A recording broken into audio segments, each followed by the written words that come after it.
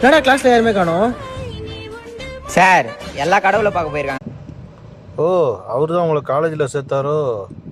ஓ, அந்த கடவுள் தான் உங்களை படிக்க வச்சாரோ?